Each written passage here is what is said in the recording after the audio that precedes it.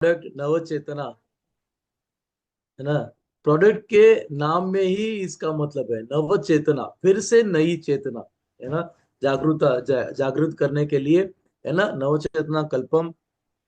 और इसके यहाँ पे दिखा लिखा है, देखिए, बॉर्न अगेन, मतलब फिर से नई जिंदगी पाने के लिए।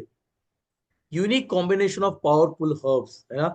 मतलब एकमात्र ऐसा, मतलब जड़ी बूटियों का, ऐसी जड़ी बूटियां जो कि ताकतवर जड़ी बूटियां है, जो कि हम लोगों को एक प्राकृतिक सेहत देती है। और विगर एनहांसर, विगर मतलब एक तरह का एक ताकत होती है दोस्तों, जो कि एक ताकत का निर्माण, जो कि आज हम लोग, है ना, कमजोरी महसूस कर रहे हैं। काम तो करते हैं लेकिन खुद को खींचते हैं, खुद को फोर्स करते हैं, है ना। कि काम करने के लिए फोर्सफुली जबरदस्ती करना पड़ता है काम, तो ये नहीं है। आपके शारीरिक ताकत के लिए, आपकी प्राकृतिक सेहत के लिए एक ताकतवर जड़ी बूटियों का मिश्रण है। और फिर से नई जिंदगी के लिए दोस्तों, बॉर्न अगेन, है ना। तो जैसे जैसे उम्र बढ़ती है, वैसे वैसे क्या होता है, सारा शरीर कमजोर पड़ जाता है, बहुत सारी चीजें यहाँ पे। तो बॉर्न अगेन और नई जागृति, नई जागरूकता और नया जोश और नई चेतना के लिए नव चेतना कल्पम दोस्तों, तो स्वागत है। और जब भी हम नव चेतना कल्पम की बात आती है, तो हम लोगों को ये समझना है कि हमारे शरीर जो है ना, जब भी हम धातु की बात करते हैं तो हमें सोना, चांदी, तांबा आदि के बारे में हम लोग सोचते हैं। लेकिन आयुर्वेद में 7 धातुएं, 7 मूलभूत मांसपेशियां हैं जो मानव शरीर का निर्माण करती है ना। तो धातुएं हमारे शारीरिक संरचना के निर्माण खंड का प्रतिनिधित्व करती है और शरीर के समग्र स्वास्थ्य और कार्य प्रणाली को बनाए रखने के लिए जिम्मेदार होती है। धातुएं, है ना, मानव का विज्ञान के अनुसार, मानव विज्ञान के अनुसार आयुर्वेद का आधार है धातुएं। आयुर्वेद के अनुसार शरीर शरीर में 7 प्रकार के धातु है ना। तो आयुर्वेद में धातुएं भोजन के पाचन प्रक्रिया के अंतिम उत्पाद है ना। धातुएं शरीर में कई तरह की भूमिका निभाते हैं। धातुएं रक्त को पोषण देना, गति को सुविधाजनक बनाना और मांसपेशियों को आवरण प्रदान करना शामिल है। और आयुर्वेद में धातुएं क्या है, आयुर्वेद में 7 धातुएं मानव शरीर का विज्ञान है। सामान्य शब्दों में धातु के 7 प्रकार है ना। जैसे कि अभी ये प्लाज्मा मतलब रस धातु, रक्त धातु, मांस धातु, है ना। चर्बी का जो धातु है ना, वसा, जिसको हम लोग, है ना, मेद धातु बोलते हैं। हड्डी, हड्डी का मतलब अस्थि धातु, है ना, अस्थि, मज्जा, इस तरह का। और शुक्र धातु मतलब प्रजनन धातु। तो ये इस तरह के 7 प्रकार के धातुओं से बना है हमारा शरीर। तो धातुएं बहुत जरूरी है, हमारे मूलभूत, हमारा शरीर का नींव है धातु। शुक्र धातु, है ना।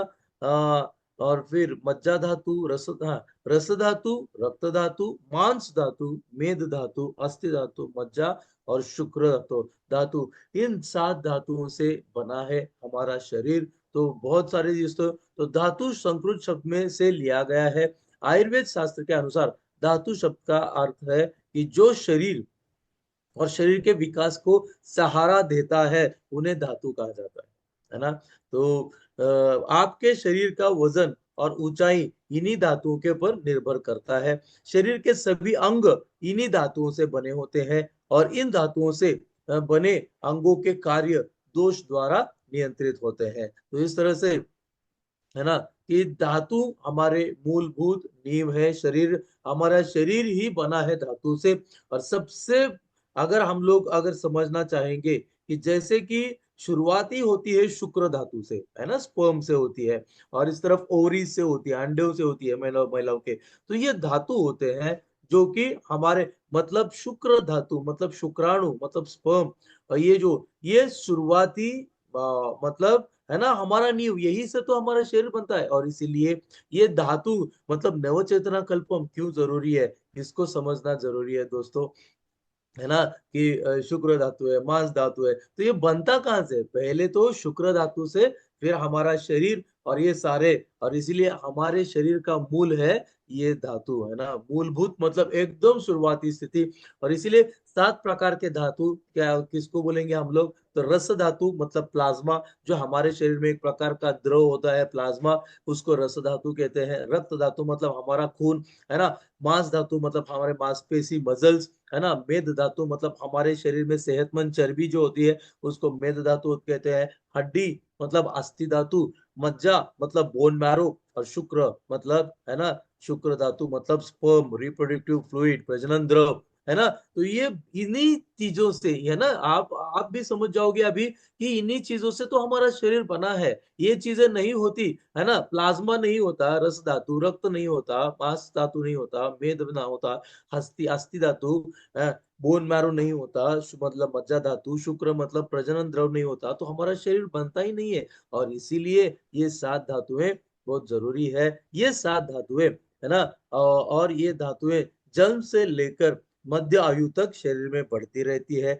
और वृद्धावस्था में धातुएं क्षीण होने लगती है। हमारे जन्म से लेके ये धातुएं हमारे मध्यम आयु तक मतलब 25-30 साल तक ये धातुएं बनती रहती है। उसके बाद जैसे जैसे 30 साल के बाद, है ना, उम्र बढ़ती है, वैसे वैसे ये धातुएं कमजोर होने लगती है। और इसीलिए इन धातुओं को फिर से पाने के लिए, है ना, जैसे जैसे बढ़ती उम्र में ये धातुएं क्षीण होती है, कमजोर बढ़ जाती है ना, शरीर में कमी होती है, इन धातुओं की कमी होती है। ऐसे में हमको फिर से जरूरत है इन्हीं धातुओं की। तो इन धातुओं को फिर से पाने के लिए नवचेतना कल्पम सबसे बढ़िया प्रोडक्ट है दोस्तों, है ना। तो 3 दोष, है ना, 3 दोष, 7 धातुएं, है ना, 3 दोष, 7 धातुएं, 5 तत्व, शरीर, इंद्रिय और मन, ये सारे कार्य इसी रस धातु से होते हैं। हमारे शरीर में जो 3 दोष है, वात पित्त कफ और नामक दोष है, 7 धातुएं, 5 तत्व, है ना, शरीर, इंद्रिय और मन, सारे कार्य इसी धातु से, रस धातु से बनते हैं। रस धातु का निर्माण पाचन तंत्र में होता है, और फिर यह रस रस धातु रक्त द्वारा पूरे शरीर में फैला जाता है। मतलब हम जो खाते हैं खाना, उससे ये रस धातु बनता है। और ये जो खाना रस धातु में तैयार हो गया, इस खाने को रस धातु में तैयार होने के बाद रक्त धातु क्या करता है, खून, है ना, इस रस धातु को पूरे शरीर में, है ना, फैलाता है, ताकि पोषण मिल जाए शरीर को। और इसीलिए दोषों में गड़बड़ी होने पर, है ना, दोषों में गड़बड़ी होने पर धातुओं के स्तर में बदलाव होने लगता है ना। और दोषों में असंतुलन धातु को प्रभावित करता है, तो रोगों की उत्पत्ति भी होती है। तो दोस्तों, जो भी दोष है वो हमारे धातुओं में बदलाव करते हैं, और धातु में बदलाव मतलब हमारे शरीर में रोगों की उत्पत्ति। और इसीलिए दोषों की वजह से धातु में बदलाव, और धातुओं की बदलाव की वजह से क्या होता है, रोगों की उत्पत्ति होती है।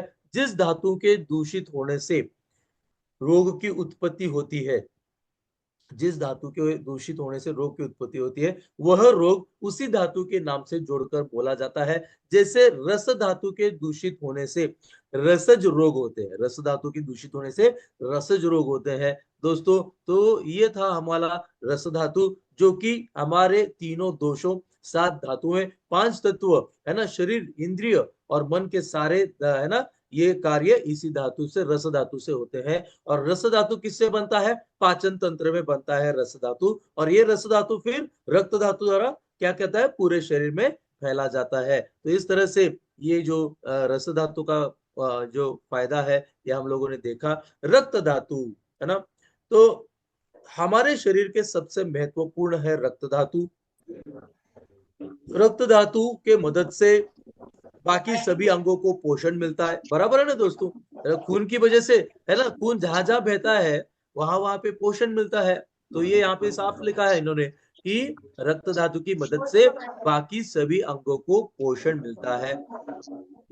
रक्त धातु रंग को निखारता है, हमारी त्वचा को भी, रंग को भी निखारता है रक्त धातु। तथा अन्य इंद्रियों से हमें जो संवेदना प्राप्त होती है, वो सभी रक्त के कारण संभव होता है। मतलब हमारे शरीर में जो संवेदना होती है ना, छूने की संवेदना, सांस लेने के बाद वो जो है ना, एक स्मेल आता है, उसकी संवेदना, देखने की संवेदना, है ना, और फिर क्या बोलते हैं, कोई भी जो भी संवेदनाएं है ना, इन संवेदनाओं का किसके वजह से होती है? रक्त के साथ। तो रक्त धातु जो है हमारे शरीर के से जो त्वचा है उसको रंग को भी निखारता है। यही रक्त धातु जो है संवेदना, हमारे शरीर में जो भी संवेदना प्राप्त होती है उसका भी कारण होता है। तो इस तरह से रक्त धातु आगे चलकर मांस धातु बनाता है। यही खून की वजह से, यही रक्त धातु की वजह से, खून के धातु की वजह से आगे जाके मांस धातु बनता है। तो रक्त में सभी धातुओं का पोषक तत्व मिले होते हैं, है ना। बाकी जो अस्थि धातु है, मज्जा धातु है,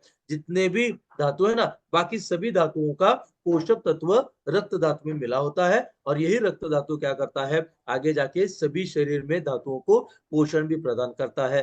तो हम लोगों ने देखा कि दोस्तों, है ना, रस धातु देखा, रक्त धातु देखा, अभी मांस धातु। जिस तरह से मांस धातु का फायदा क्या है दोस्तों, कि जिस तरह से घर बनाने के लिए सीमेंट या मिट्टी का लेप लगाया जाता है, उसी तरह से मांसपेशियां, मांस त्वचा से ढकी होती है ना। मांसपेशियां शरीर के जो अंग है, हमारा जो शरीर है किससे ढका है? मांस या त्वचा से ढकी होती है। मांस धातु का मुख्य कार्य कार्य हमारी मांसपेशियों, हड्डियों, अंगों और तंत्रिका मतलब नसों के आदि निर्माण और लेप करना, उनको एक आवरण प्रदान करना मांस धातु।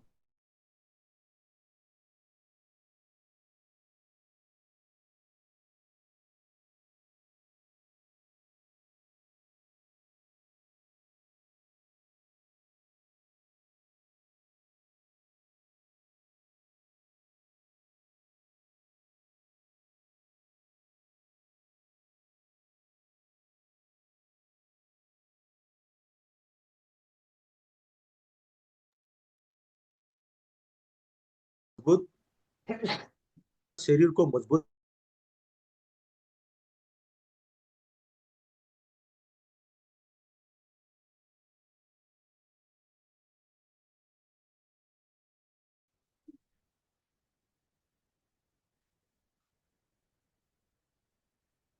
दोस्तों, कितना जबरदस्त बनाया है प्रकृति ने या भगवान ने धातुओं से, है ना। धातु के बारे में बात कर रहे हैं हम लोग, है ना। पूरा शरीर, है ना, जैसे रस धातु है ना, रक्त धातु है, मांस धातु जो कि हमारे शरीर को ढक देता है ना, ढकने का काम करता है। हमारा चेहरा इतना सुंदर क्यों है? क्योंकि वो मांसपेशियों से बना है, वो त्वचा से बना है। अगर चेहरे के ऊपर या हाथों शरीर के ऊपर अगर ये मांस नहीं होता तो कितना, है ना, कैसे दिखता हो, कितना अजीब दिखता दोस्तों। लेकिन, है ना, यही तो काम है मांस धातु का। वो क्या करता है? हमारे मांसपेशियां, हड्डियां और जो अंग है, दिल है, किडनी है, लीवर है, फेफड़े क्या बोलते हैं उसको, फेफड़े है ना, नसें है, इनको ढकने का काम करता है। और इसीलिए, है ना, ये निर्माण लेप का काम करता है। और इस तरह से मांस धातु का फायदा हम लोग देख रहे हैं दोस्तों। उसके बाद मेद धातु, है ना। मेद धातु मतलब यहाँ पे चर्बी की बात चल रही है। और चर्बी कौन सी? सेहतमंद चर्बी की बात चल रही है। आयुर्वेदिक चिकित्सा में आयुर्वेदिक चिकित्सा में मेद धातु मतलब जिसको वसा भी कहते हैं, मेद मतलब वसा, और वसा मतलब चर्बी, है ना, सेहतमंद चर्बी का, है ना। तो आयुर्वेदिक चिकित्सा में मेद धातु मतलब वसा, मतलब हेल्दी फैट का प्रतिनिधित्व करता है। और ये 7 धातुओं में से एक है मेद धातु। मेद धातु का तात्पर्य हमारे शरीर में मौजूद वसा मतलब स्वस्थ फैट से है। वसा हमारे शरीर में स्व महत्वपूर्ण भूमिका निभाता है। तो इस धातु का, मेद धातु का मुख्य काम शरीर में पोषण, ऊर्जा, चिकनाहट और गर्मी लाना। यही शरीर को शक्ति, हाँ, यही धातु है।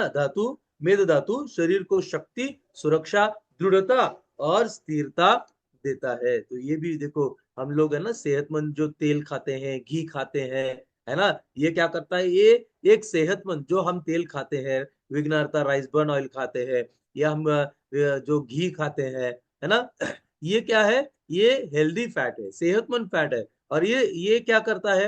यही फैट हमारे शरीर के लिए एक पोषण भी प्रदान करता है। और यही सेहतमंद फैट शरीर को ऊर्जा और शरीर में नमी, चिकनाहट का मतलब क्या है?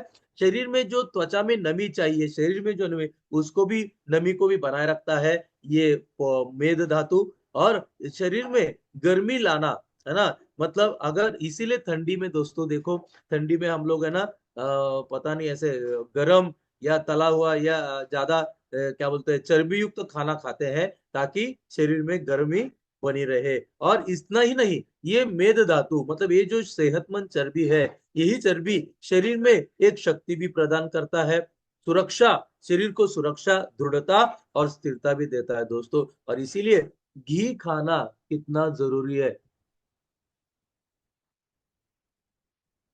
घी खाना इसीलिए कहते हैं कि जो लोग है ना, यहाँ पे ये बात भी आती है दोस्तों, जरा खड़खड़ा हो जाते दोस्तों, ये भी कहा जाता है कई लोग जो मोटे होते हैं, और जो मोटे लोग होते हैं वो बिल्कुल तेल युक्त खाना, तेलीय खाना बंद कर देते हैं, और वो घातक या शरीर के लिए हानिकारक बन जाता है।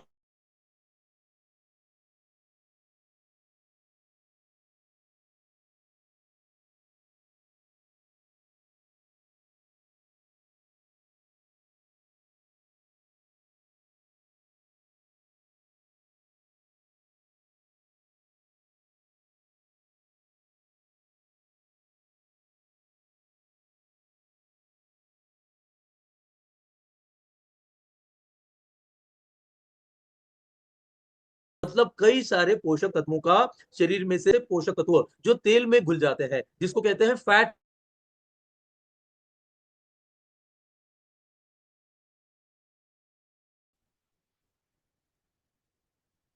ओके। ओके। तो मेद क्यों जरूरी है दोस्तों, चर्बी क्यों जरूरी है ना? ये भी हमारे सेहत के लिए बहुत जरूरी है, ये एक सेहत का हिस्सा है, एक पोषक तत्व है। और ऐसी स्थिति में है ना, इसके लिए मेद धातु का बहुत ही जरूरी होता है। आयुर्वेद चिकित्सा में मेद धातु मतलब वसा, मतलब हेल्दी फैट का प्रतिनिधित्व करता है। और यही मेद धातु 7 धातुओं में से एक है। मेद धातु का तात्पर्य हमारे शरीर में मौजूद वसा मतलब स्वस्थ फैट से है। वसा हमारे मतलब स्वस्थ फैट हमारे शरीर में महत्वपूर्ण भूमिका निभाता है। मेद धातु का मुख्य काम शरीर में पोषण, ऊर्जा, चिकनाहट मतलब है ना नमी और गर्मी लाना है। और यही मेद धातु शरीर को शक्ति, सुरक्षा, दृढ़ता और है ना स्थिरता देता है। और इसीलिए पुराने जमाने में घी खाने से हड्डियां मजबूत होती थी, घी खाने से घाव जल्दी भरता है, ऐसे भी कहा जाता था। और इसीलिए दोस्तों घी नामक ये जो चर्बी है, घी नामक ये जो चर्बी है क्यों जरूरी है, क्यों घी खाना चाहिए दोस्तों, है ना? तो इस तरह से दोस्तों मेद धातु बहुत जरूरी धातु के बारे में हम लोगों ने देखा, है ना? अस्थि धातु, हड्डियां, है ना? हमारे शरीर का ढांचा हड्डियों से ही निर्मित होता है, अस्थि अस्थि धातु से ही निर्मित होता है। और इसके आधार पर शरीर और उसके अंगों का आकार निर्माण होता है, निर्धारण होता है, और शरीर खड़ा रहता है दोस्तों। अस्थि धातु हड्डियों की वजह से हम लोग खड़े हो पाते हैं, नहीं तो एक मांस का गोला बन के रह जाते हैं हम लोग, है ना दोस्तों? मांस का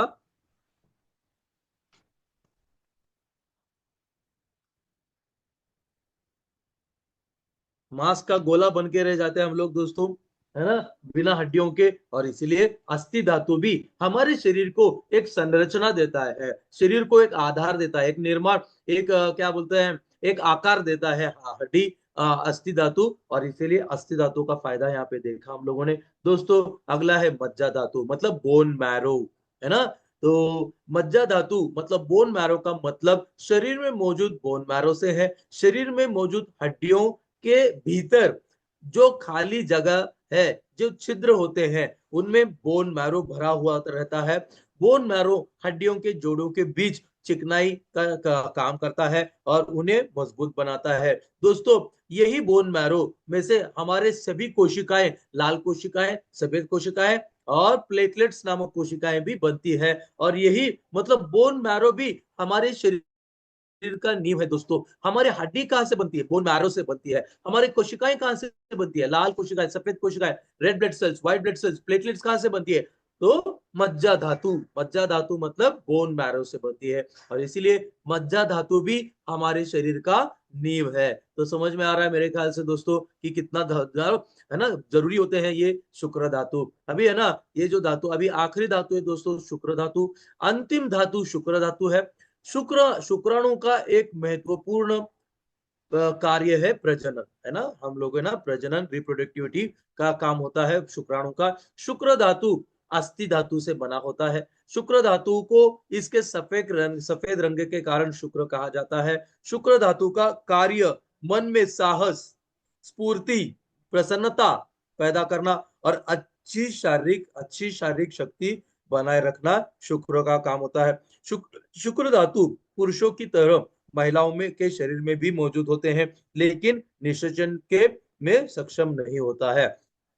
हालांकि पुरुषों में शुक्र धातु जो पूरे शरीर में व्याप्त होता है, संभोग के दौरान चरम आनंद के क्षण में पुरुष जननांग से निकलता है और निषेचन का कारण बनता है। तो इस तरह से है ना शुक्र धातु जो कि एक प्रजनन धातु है जो कि अस्थि धातु से बना होता है, और इसके सफेद धागा है ना, शुक्राणु जो है, स्पर्म जो है सफेद रहता है और इसीलिए इसको शुक्र कहा जाता है। और अगर शुक्र धातु हमारे शरीर में अगर है ना सही मात्रा में उसको हम लोग है ना अगर बनाए रखते हैं, तो मन में साहस, प्रसन्नता पैदा करना, अच्छी शारीरिक क्षमताएं बनाए रखने से भी बनाए रखने का भी काम करता है शुक्र धातु। और इस तरह से यही शुक्र धातु महिलाओं में भी होता है, लेकिन निषेचन के सक्षम नहीं होता है, और इस तरह से पुरुषों में होता है जो कि निषेचन के लिए कारण बनता है शुक्र धातु। तो ये 7 प्रकार के धातु हम लोगों ने देखे। तो दोस्तों हमारा हृदय मतलब दिल,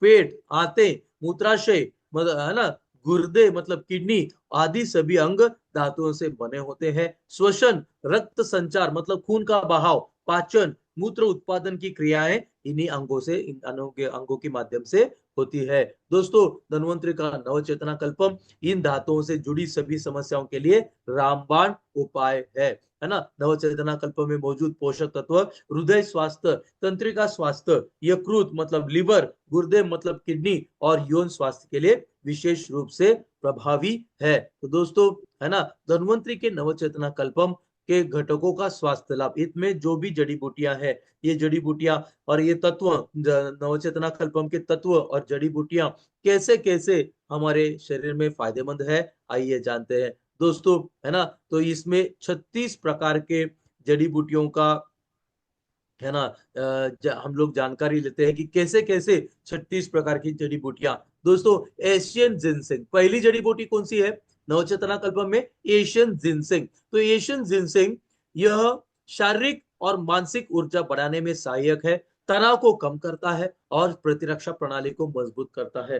दोस्तों आपको है ना ये जो मानसिक ऊर्जा है, शारीरिक ऊर्जा है ना, तनाव को कम करना है, प्रतिरक्षा प्रणाली को मजबूत करना है। मैं आपको ये बोलना चाहूंगा कि ये शब्द आपको 1 लाख बार आपने सुने होंगे जिंदगी भर में, लाखों बार आपने शारीरिक ऊर्जा, मानसिक ऊर्जा, तनाव को कम करना, प्रतिरक्षा प्रणाली को मजबूत करना सुने होंगे, लेकिन ये दोस्तों साधारण शब्द नहीं है ना। सुनने में आपको बार बार कई बार लाखों बार आपने सुने होंगे ये सारे शब्द, लेकिन इनका जब अनुभव होता है ना सही मात्रा में, शारीरिक ऊर्जा का अनुभव, मानसिक ऊर्जा का अनुभव, तनाव कम करने का अनुभव, प्रतिरक्षा प्रणाली जब मजबूत रहती है बिना है ना मजबूत प्रतिरक्षा प्रणाली मतलब रोग प्रतिकार क्षमता की मजबूती जब हम महसूस करते हैं, अनुभव करते हैं, तब हम लोगों को पता चलता है कि कितना जबरदस्त रहता है शारीरिक ऊर्जा, शारीरिक को शरीर को ऊर्जान्वित रखने है ना, कितना जबरदस्त रहता है जब मन ऊर्जान्वित रहता है, कितना जबरदस्त रहता है जब शरीर तनाव रहित रहता है ना। और इसीलिए दोस्तों इन शब्दों को जब भी आप है ना जब भी आप नवचेतना कल्पम लोगे तो आपको है ना उसके माध्यम से, एशियन जिनसेंग के माध्यम से शारीरिक और मानसिक तनाव बढ़ाने में मदद करता है। एशियन जिनसेंग तनाव को कम करना है ना और प्रतिरक्षा प्रणाली, रोग प्रतिकार क्षमता को मजबूत करता है। दोस्तों एशियन जिनसेंग सफेद मूसली यह यौन स्वास्थ्य के लिए फायदेमंद है ना, शरीर को ताकत और ऊर्जा प्रदान करता है और थकान को कम करता है। दोस्तों अभी जब यौन स्वास्थ्य की बात आती है तो मैं बता दूं आपको, जैसे आपका बाकी शरीर का स्वास्थ्य रहता है ना, शरीर का बाकी स्वास्थ्य होता है ना, वैसे ही यौन स्वास्थ्य भी हमारे हमारे रूटीन स्वास्थ्य का हिस्सा है। हम लोग क्या समझते हैं, यौन स्वास्थ्य मतलब सेक्सुअल प्रक्रिया बोलते समझते हैं, है ना, हम समझते हैं, है ना, यौन प्रक्रिया। लेकिन दोस्तों यौन प्रक्रिया अलग है और यौन स्वास्थ्य अलग है। अभी यौन स्वास्थ्य जब अच्छा हो जाता है तो यौन प्रक्रिया के लिए मन करता है, वो अलग बात है। लेकिन यौन स्वास्थ्य मतलब यौन प्रक्रिया नहीं है दोस्तों। यौन स्वास्थ्य हमारे रोजमर्रा जिंदगी के स्वास्थ्य का, सेहत का हिस्सा है। तो यौन सेहत या यौन सेहत या यौन स्वास्थ्य हमारे रोजमर्रे यौन सेहत या हमारी जिंदगी की सेहत या जिंदगी के स्वास्थ्य का हिस्सा है। इसको आप जब समझोगे तब आपको यौन स्वास्थ्य का मतलब आपके समझ में आएगा। और सफेद मूसली यौन स्वास्थ्य के लिए फायदेमंद है। शरीर को ताकत और ऊर्जा प्रदान करता है, थकान को कम करता है सफेद मूसली, है ना। और उसके बाद दोस्तों काली मूसली।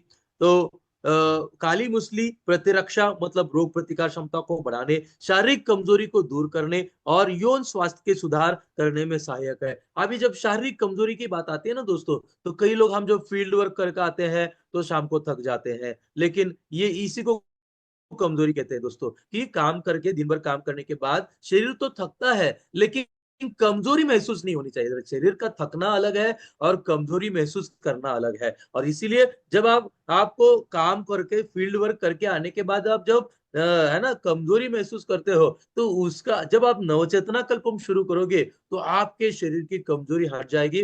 आप थक तो जाओगे, आराम करने का मन करेगा, लेकिन कमजोरी महसूस नहीं होगी, है ना। और इसीलिए काली मूसली हमारी रोग प्रतिकार क्षमता को, प्रतिरक्षा प्रणाली को बढ़ाने के लिए, शारीरिक कमजोरी को दूर करने के लिए और यौन स्वास्थ्य में सुधार करने में सहायक है ना। और दोस्तों अब शारीरिक कमजोरी का जो मतलब क्या बोलते हैं, ये जो विषय है ये और एक चीजों में भी, और एक स्थिति में भी मतलब बात कर सकते हैं कि देखो आज जितने भी, अभी आप दिल्ली के लोग हो सब, है ना, दिल्ली में, तो दिल्ली में इतना सारा तान तनाव रहता है। मैं बात कर रहा हूँ शादीशुदा युवा, शादीशुदा जोड़ों के बारे में। कई बार हम लोग देखते हैं कि ये जो आईटी इंजीनियर्स होते हैं, जो कंप्यूटर की कंपनियों में काम करते हैं, है ना, तो ये शादीशुदा जोड़ों जो जो दोनों भी आईटी इंजीनियर्स होते हैं, तो उनको 5 दिन में, हफ्ते के 5 दिन ही काम करते हैं, लेकिन 5 दिन में इतना काम करते हैं कि शनिवार और रविवार, जो रविवार, ये जो 2 दिन छुट्टी मिलती है, पूरे आराम करने में मतलब निकल जाते हैं, क्योंकि वो इतना थक जाते हैं। और इसकी वजह से, थकने की वजह से बच्चा पैदा करने में मुश्किल होती है। और इसलिए हम देखते हैं कि आईटी इंजीनियर जो लोग होते हैं, शादीशुदा जो जोड़े होते हैं, इनमें बच्चे 5-5 साल, शादी के 5-5, 6-6, 7-7 साल के बाद भी बच्चे क्यों नहीं होते, क्योंकि उनका काम इतना थकावट वाला होता है, थकान भरा होता है कि आराम करने के मतलब उनके सारे दिन आराम करने में निकल जाते हैं, दूसरे हफ्ते के तैयारी में निकल जाते हैं। और इसीलिए ऐसी स्थिति में, ऐसे शादीशुदा जोड़ों में भी, है ना, फील्ड वर्क के बाद भी, जो फील्ड वर्क करते हैं उनके लिए भी, और ऐसे आईटी इंजीनियर्स वाले शादी हम लोग नवचेतना कल्पम देते हैं, तो उनकी कमजोरी हट जाती है, थकावट हट जाती है, और उनको शारीरिक ताकत मिलने से काम के बावजूद, काम करने, इतना सारा काम करने के बावजूद भी शारीरिक थकावट नहीं रहेगी। और बच्चा पैदा करने में जो ये थकावट समस्या आ रही, थकावट की समस्या की वजह से जो बच्चा पैदा करने में तकलीफ हो रही, तो इसमें उनको फायदा होगा। तो इसके बारे में मतलब, है ना, कमजोरी के बारे में बात की हम लोगों ने, काली में मूसली के बारे में, और यौन स्वास्थ्य के सुधार में। दोस्तों अगला है अश्वगंधा, चौथी जड़ी बूटी अश्वगंधा। नवचेतना कल्पम में तनाव और चिंता को कम करना, शारीरिक और मानसिक ताकत बढ़ाना, ये इम्यूनिटी में सुधार के लिए उपयोगी है अश्वगंधा। दोस्तों अश्वगंधा 3000 सालों से तनाव को कम करने के लिए जानी गई वनस्पति है, वह जड़ी बूटी है। अश्वगंधा शारीरिक मानसिक ताकत को बढ़ाता है। चिंता और तनाव, दोस्तों आज दुनिया में तनाव और चिंता के लिए बड़े से बड़े साइकेट्रिस्ट या बड़े से बड़े न्यूरोलॉजिस्ट के पास ट्रीटमेंट नहीं है, लेकिन धन्वंतरी में है दोस्तों, है ना। जैसे हमारा न्यूरारिच है, जैसे हमारा नवचेतना कल्पम है, जैसे हमारा ओमेगा रिच है, बहुत सारे प्रोडक्ट है दोस्तों। और तनाव और चिंता की जब बात चल रही है दोस्तों, तो तनाव और चिंता को कम करने के लिए सबसे बढ़िया है अश्वगंधा। शारीरिक और मानसिक ताकत को बढ़ाता है ना, इम्यूनिटी में सुधार में के लिए उपयोगी है अश्वगंधा दोस्तों, है ना। और गोक्षरू, पांचवी जड़ी बूटी दोस्तों, गोक्षरू यौन शक्ति को बढ़ाने और शारीरिक थकान को दूर करने में सहायक है। गोक्षरू शतावरी महिलाओं के स्वास्थ्य के लिए लाभकारी है, हार्मोन संतुलन में मददगार और प्रतिरक्षा को बढ़ाता है ना शतावरी। दोस्तों जब भी हार्मोन संतुलन की बात आती है, महिलाओं में हार्मोन संतुलन की बात आती है, तो मैं आपको बता दूं इतना आसान नहीं है दोस्तों हार्मोन्स को संतुलन बनाना, है ना। ये सिर्फ और सिर्फ धन्वंतरी के प्रोडक्ट के माध्यम से ही, धन्वंतरी के प्रोडक्ट में जो जड़ी बूटियां हैं, यही जड़ी बूटियां, है ना, हार्मोन्स को संतुलन करने में एक जबरदस्त तरीके से और है ना एक बहुत ही महत्वपूर्ण तरीके से, है ना, मदद करते हैं शतावरी। दोस्तों तो मार्केट में शतावरी आपको बहुत सारा मिल जाएगा, लेकिन असरकारक शतावरी जो है वो सिर्फ धन्वंतरी के प्रोडक्ट में है। हम लोग जो इस्तेमाल जो तरीके से तैयार करते हैं, है ना, तारा शतावरी को, उसके वजह से जल्दी फायदा होता है। महिलाओं के स्वास्थ्य के लिए लाभकारी है शतावरी। और हार्मोन्स का संतुलन करना, हार्मोन्स के बारे में हम लोग घंटों बात कर सकते हैं दोस्तों, लेकिन महिलाओं में हार्मोन्स के संतुलन करने में मददगार और महिलाओं में प्रतिरक्षा प्रणाली मतलब रोग प्रतिकार क्षमता को बढ़ाने में मदद करता है शतावरी। दोस्तों कौंच बीज, सातवीं बड़ी जड़ी बूटी कौंच बीज। तो कौंच बीज, है ना, पुरुषों के यौन स्वास्थ्य के लिए फायदेमंद है, शुक्राणु के गुणवत्ता में सुधार करता है और शरीर को ऊर्जा प्रदान करता है कौंच बीज। दोस्तों पुरुष यौन स्वास्थ्य में भी बहुत सारा बात कर सकते हैं। दोस्तों हम लोगों को लगता है कि सेहतमंद रहना इतना क्या जरूरी है, सेहतमंद रहना इतना क्या जरूरी है, ऐसी नहीं है दोस्तों। सेहतमंद रहना इसीलिए जरूरी है, ताकतवर रहना, सेहतमंद रहना इसीलिए जरूरी है क्योंकि आगे जाके जिंदगी में जो भी हम लोगों को, है ना, जिम्मेदारियां संभालनी है, उसके लिए सेहतमंद जरूरी है, सेहतमंद रहना जरूरी है दोस्तों। और इसीलिए, है ना, पुरुषों के ऊपर भी जो भी जिम्मेदारियां होती है उनको निभाने के लिए जो ताकत की जरूरत है, जो सेहत की जरूरत है, जो स्वास्थ्य की जरूरत है, इसी यहाँ पे ऐसे इसीलिए पुरुष यौन स्वास्थ्य के लिए फायदेमंद है कौंच बीज। शुक्राणु की गुणवत्ता में सुधार करता है और शरीर को ऊर्जा प्रदान करता है दोस्तों, है ना। अब जब भी शुक्राणु की बात आती है तो मुझे आप लोगों को सभी को पता है कि शुक्राणु शुक्राणु कितने जरूरी है। शुक्राणु सिर्फ प्रजनन के लिए तो जरूरी है, लेकिन बुढ़ापे में शुक्राणु शारीरिक ऊर्जा के लिए जरूरी है दोस्तों, है ना। बुढ़ापे में तो कोई प्रजनन का कोई मतलब प्रक्रिया की बात ही नहीं आती है ना बुढ़ापे में। तो बूढ़े लोगों में, बूढ़े पुरुष लोगों में शुक्राणु की गुणवत्ता का कारण है शरीर में ऊर्जा के लिए। और इसीलिए जो युवा लोग हैं उनके लिए शुक्राणु की गुणवत्ता प्रजनन के लिए, और जो बूढ़े लोग हैं, जो वयस्क है ना, उनके लिए शुक्राणु की गुणवत्ता ऊर्जा के लिए, शारीरिक ऊर्जा, मतलब बुढ़ापे में शारीरिक ऊर्जा बनी रहे, ऐसे लिए, है ना, शुक्राणु की गुणवत्ता में। तो ये दोनों तरफ से हम लोगों को शुक्राणु की गुणवत्ता पुरुषों में दोनों तरफ से जरूरत है। युवा स्थिति में क्या बोलते हैं उसको, प्रजनन के लिए, और बुढ़ापे में शारीरिक ऊर्जा के लिए, दोनों तरह से शुक्राणु की गुणवत्ता। और इसीलिए पुरुषों में बुढ़ापे में भी यौन स्वास्थ्य की जरूरत है, क्योंकि यही यौन स्वास्थ्य उनको शारीरिक ऊर्जा भी देता है, शारीरिक शक्ति, है ना, देता है यौन स्वास्थ्य। तो कौंच बीज पुरुषों के यौन स्वास्थ्य के लिए फायदेमंद है। अगला है आठवीं जड़ी बूटी बेहमान सफेद। बेहमान सफेद अच्छे याददाश्त को सुधारने, शारीरिक ताकत बढ़ाने और शारीरिक थकान को कम करने के लिए सहायक। दोस्तों जैसे भी हम तभी से हम लोग, है ना, यौन स्वास्थ्य के बारे में बात कर रहे हैं, शारीरिक ताकत के बारे में बात कर रहे हैं, लेकिन दोस्तों नवचेतना कल्पम हम छोटे बच्चों को भी दे सकते हैं। छोटे बच्चे को याददाश्त को सुधारने के लिए, छोटे ही क्यों, सबकी याददाश्त को सुधारने के लिए, छोटे बच्चे से लेके वयस्क लोगों तक हर किसी के याददाश्त को सुधारने के लिए हम लोग नवचेतना कल्पम का इस्तेमाल कर सकते हैं। छोटे बच्चे से लेकर वयस्क लोगों तक शारीरिक ताकत को बढ़ाने के लिए, शारीरिक थकान को, बच्चों को भी थकान कम करने के लिए सहायक है। तो इस तरह से, है ना, नवचेतना कल्पम में जैसे प्रजनन के बारे में बात किया जाता है, जैसे शारीरिक महिलाओं के हार्मोन्स के बारे में किया जाता है, महिलाओं की शारीरिक सेहत के बारे में बात किया जा सकता है, वैसे ही नवचेतना कल्पम छोटे बच्चों से लेके वयस्क लोगों तक याददाश्त को सुधारने के लिए, शारीरिक ताकत को बढ़ाने के लिए और शारीरिक थकान को कम करने के लिए फायदेमंद है बेहमान सफेद नवचेतना कल्पम के माध्यम से।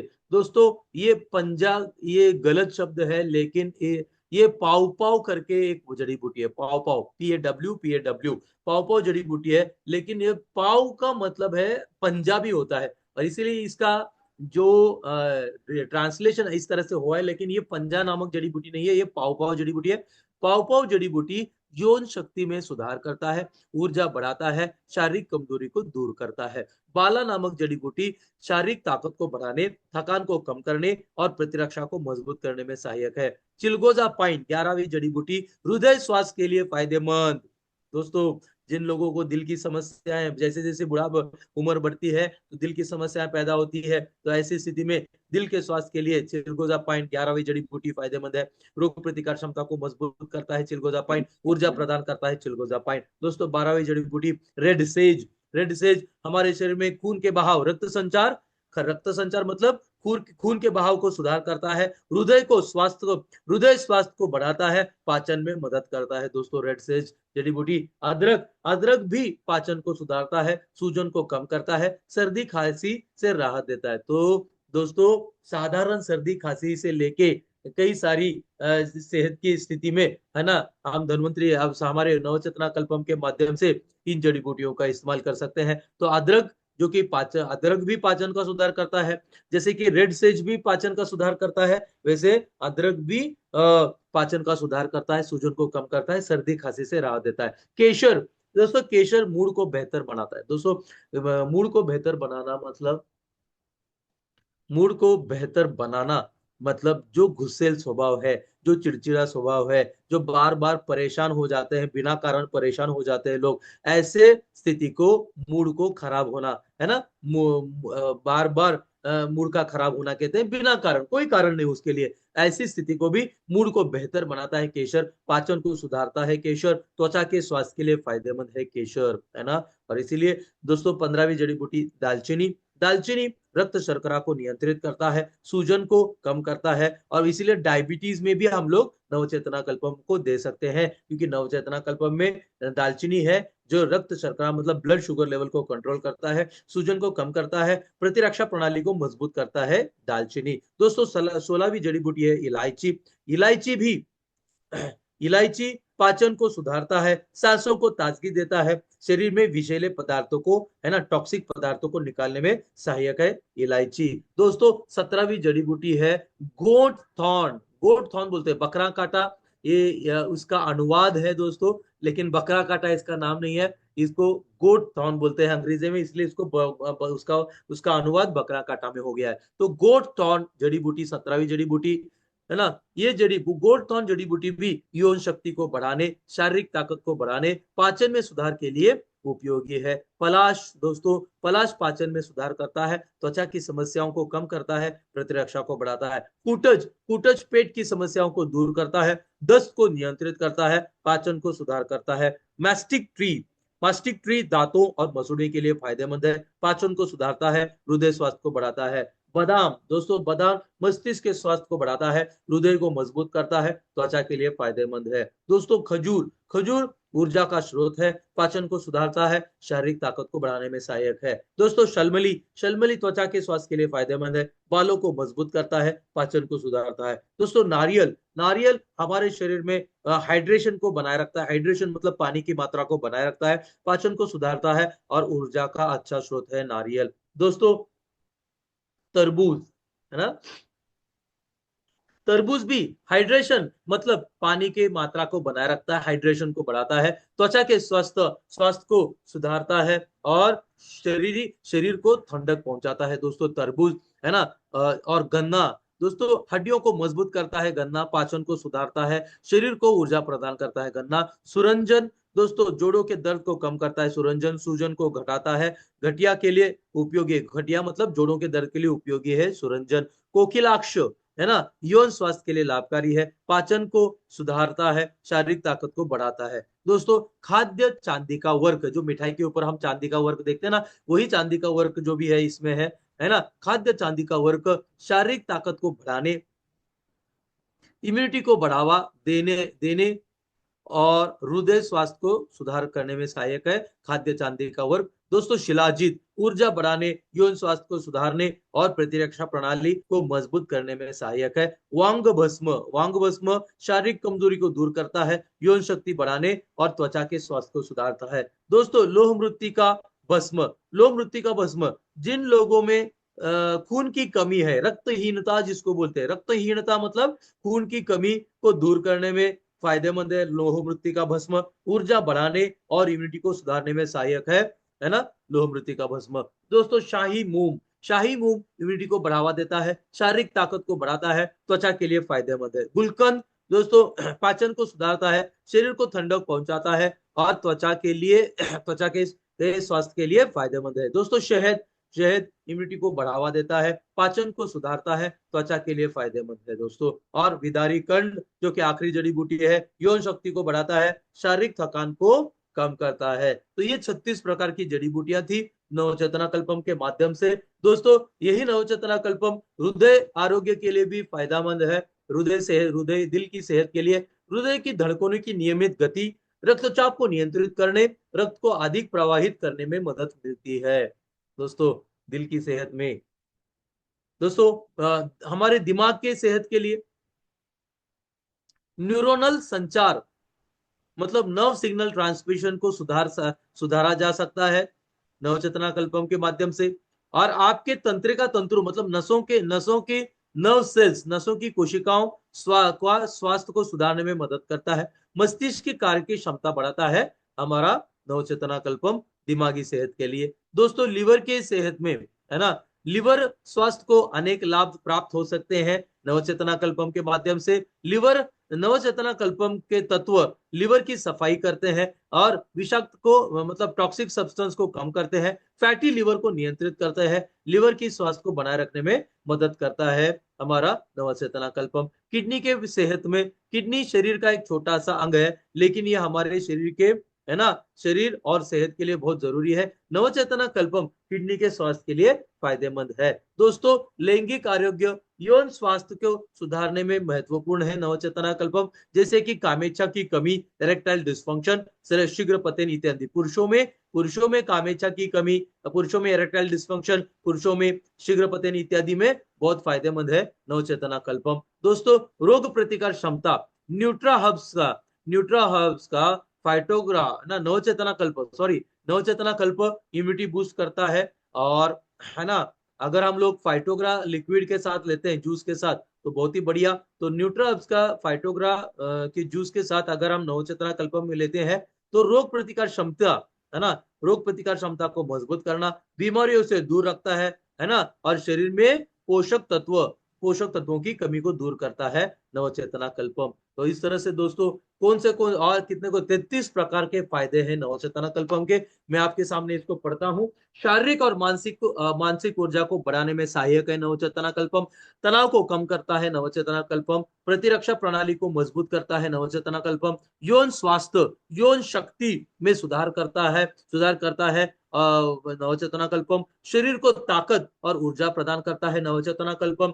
थकान को कम करता है नवचेतना कल्पम, शारीरिक कमजोरी को दूर करने और चिंता को कम करने, यौन शक्ति को बढ़ाने में मदद करता है नवचेतना कल्पम, महिलाओं के स्वास्थ्य के लिए लाभकारी, हार्मोन संतुलित करने में मददगार और महिलाओं के रोग प्रतिकार क्षमता को बढ़ाता है नवचेतना कल्पम, शुक्राणु की गुणवत्ता में सुधार करता है नवचेतना कल्पम, याददाश्त को सुधारने, हृदय स्वास्थ्य के लिए फायदेमंद है, रक्त संचार में सुधार करता है नवचेतना कल्पम, पाचन में मदद करता है, पाचन को सुधारता है नवचेतना कल्पम, सूजन को कम करता है, सर्दी खांसी में राहत देता है, मूड को बेहतर बनाता है, त्वचा के स्वास्थ्य के लिए फायदेमंद है, रक्त शर्करा मतलब ब्लड शुगर को नियंत्रित करता है, शरीर में विषैले पदार्थों को निकालने में सहायक है, शारीरिक ताकत को बढ़ाने, पेट की समस्याओं को दूर करता है, दस्त को नियंत्रित करता है, दांतों और मसूड़ों के लिए फायदेमंद, हृदय स्वास्थ्य को बढ़ाता है, हृदय को मजबूत करता है ना,